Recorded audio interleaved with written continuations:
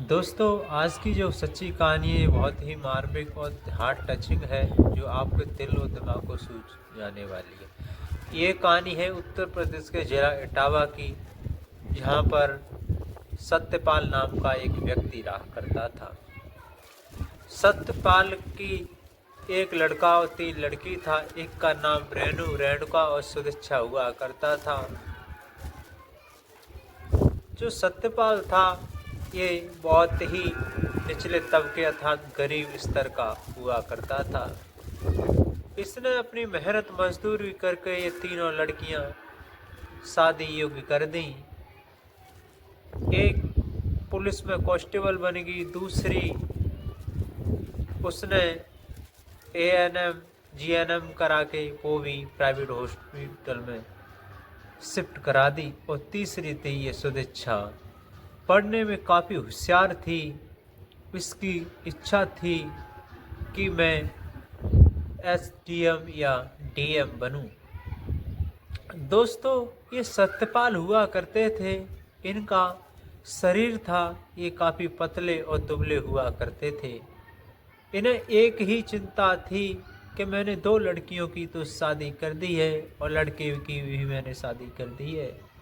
मैं चाहता हूँ कि ये सुदीक्षा, जो मेरी सबसे छोटी लड़की है, इसकी मैं शादी कर दूँ।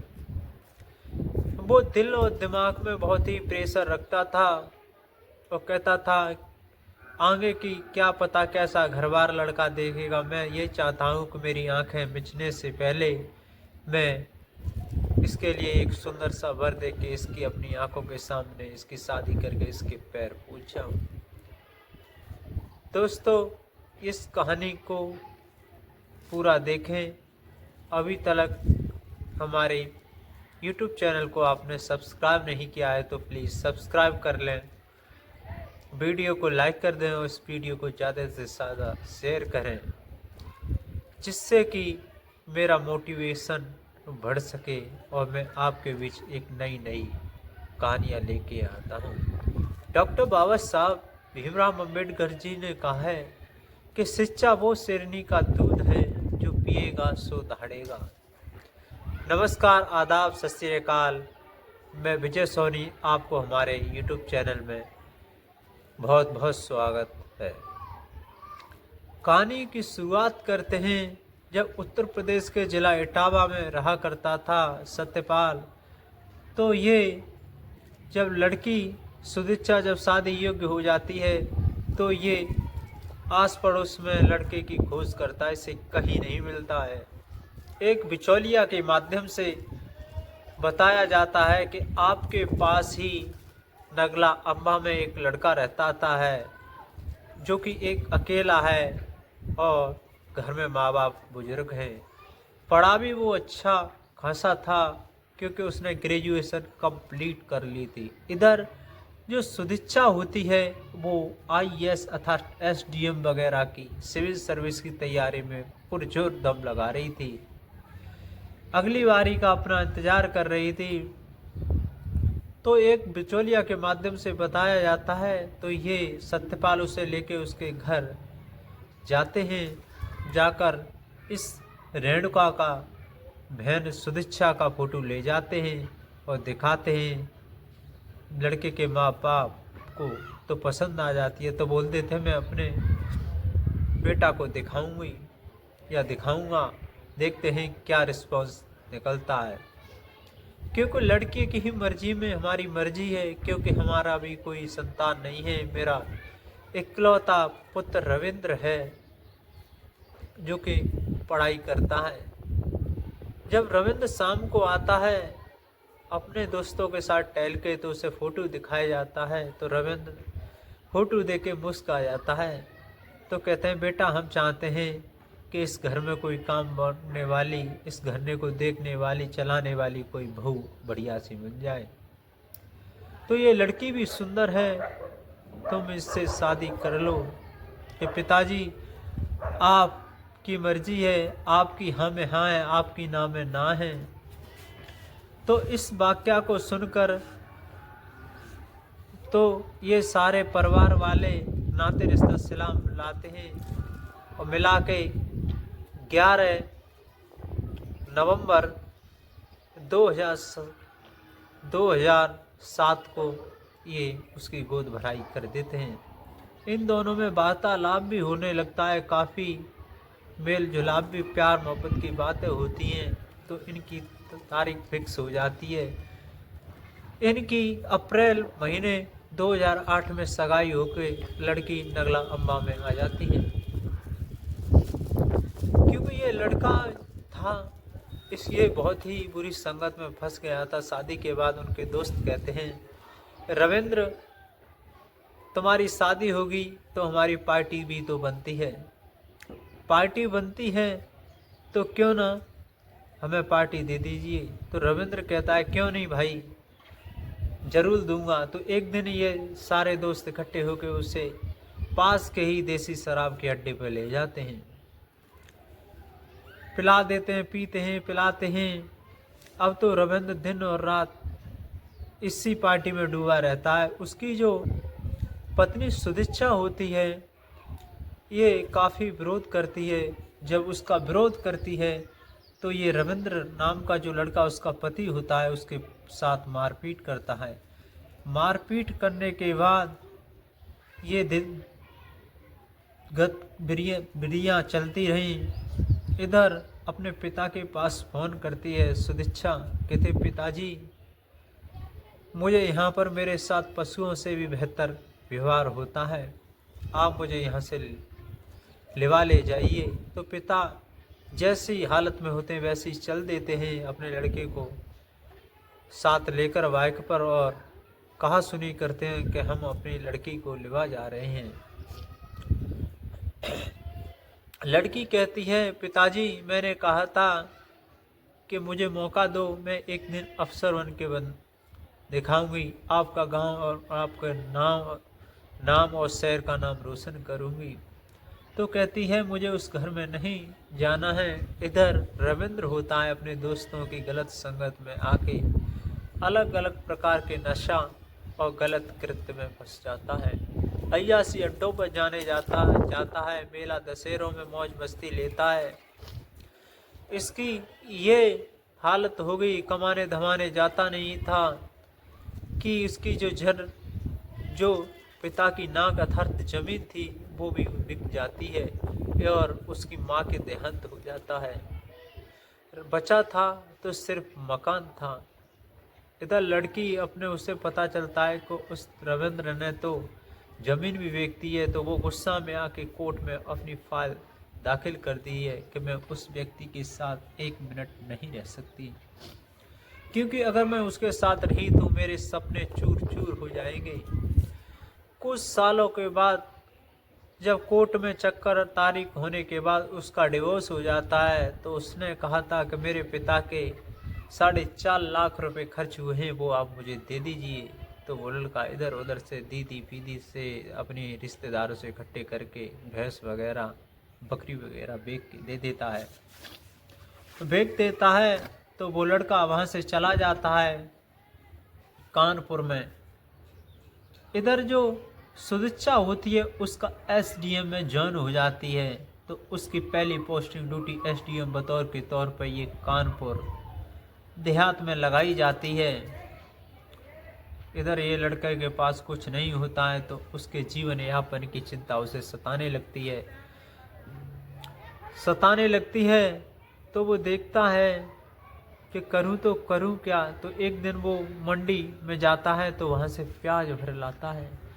अब तो वो गली गली कूचे कूचे प्याज इल्ला के बेचने लगता है। इधर एसडीएम साहिबा की ऑफिस के सामने प्याज बेच रहा होता है।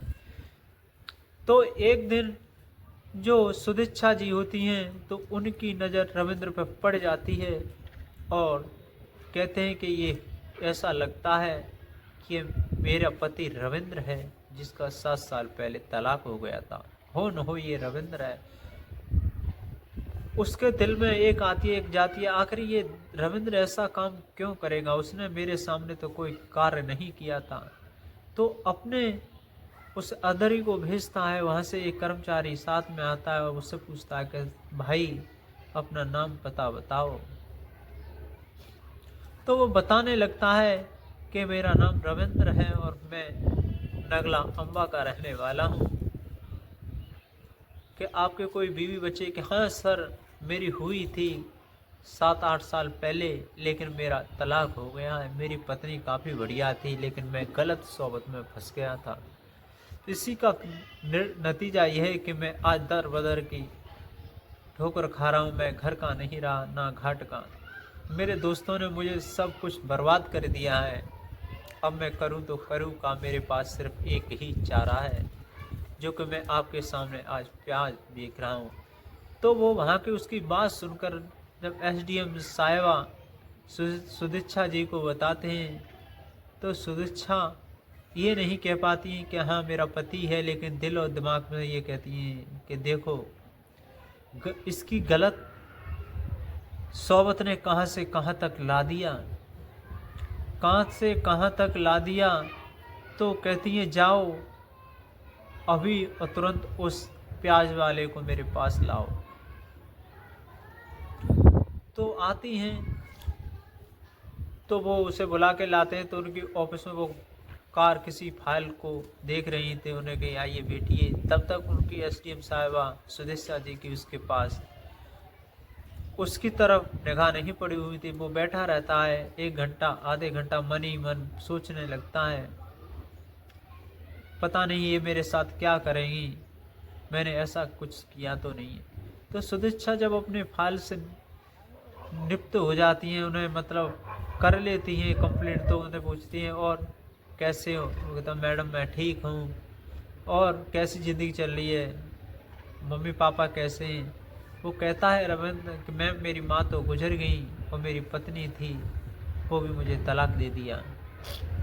कि पत्नी ने तलाक अभी भी कुछ नहीं बिगड़ा है, आप चाहो तो दोबारा भी विवाह कर सकते हो, मैं आपकी पत्नी सुदीक्षा ही हूँ।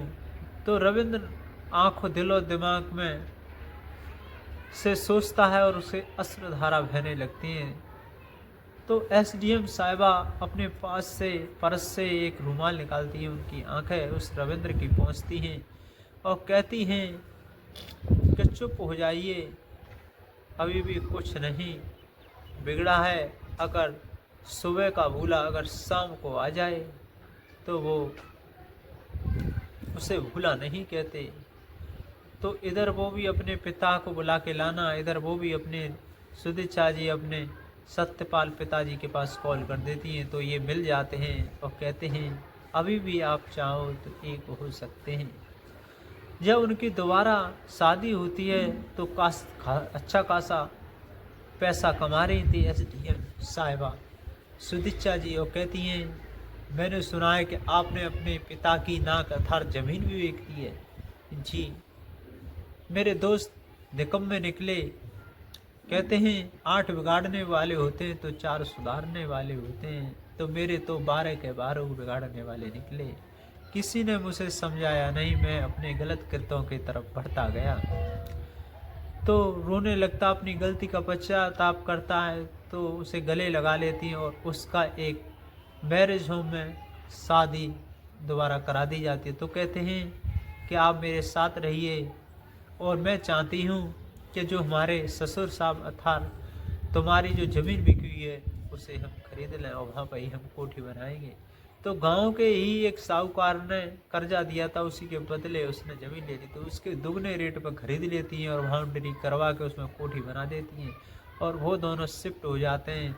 अपने वैवाहिक जीवन में वो बहुत खुश हैं और उनके लिए रविंद्र के लिए एक कपड़े की बड़ी दुकान खुलवा देते हैं। जिससे तो वो कान पकड़ के सॉरी कहता है कि हे देवी, आज के लड़कियों को देवी तुल्य माना जाता है, वो देवी के गुण देवी गुण आप में हैं। जो मुझ जैसे बेसहारा लोग पति को आपने फिर दोबारा मौका दिया, ऐसी गलती मैं कभी नहीं दूंगा, आप जो करो वो शर्माते होगी। दोस्तों, कुछ समय के बाद उनके एक बच्चा जन्मता है जो कि अभी लंदन में पढ़ रहा है। दोस्तों, आज वो दोनों पति पत्नी अच्छी ज़िंदगी बिता रहे हैं, दोनों पैसे कमा रहे हैं। इस कहानी का उद्देश्य किसी की धार्मिक भावना को ठेस पहुंचाना नहीं है। ये बहुत ही घरेलू एहसास है जो कि आज गत सोबत में हमारे भाई पढ़ के अपने बीवी को नहीं पसते, आखिर वो भी तो अर्धांगिनी है। वो भी घर की पार्टनर है। जिस घर में दोनों की सहमति चलती है वो घर स्वर्ग समान होता है। दोस्तों, इस वीडियो को सुनकर आपको क्या सीख मिली इस कमेंट बॉक्स में ज़रूर बताएं। अब इसी के साथ मैं विदा लेता हूं। नमस्कार, आदाब, सत श्री अकाल। मैं विजय सोनी और आपको हमारे YouTube चैनल में बहुत बहुत स्वागत है।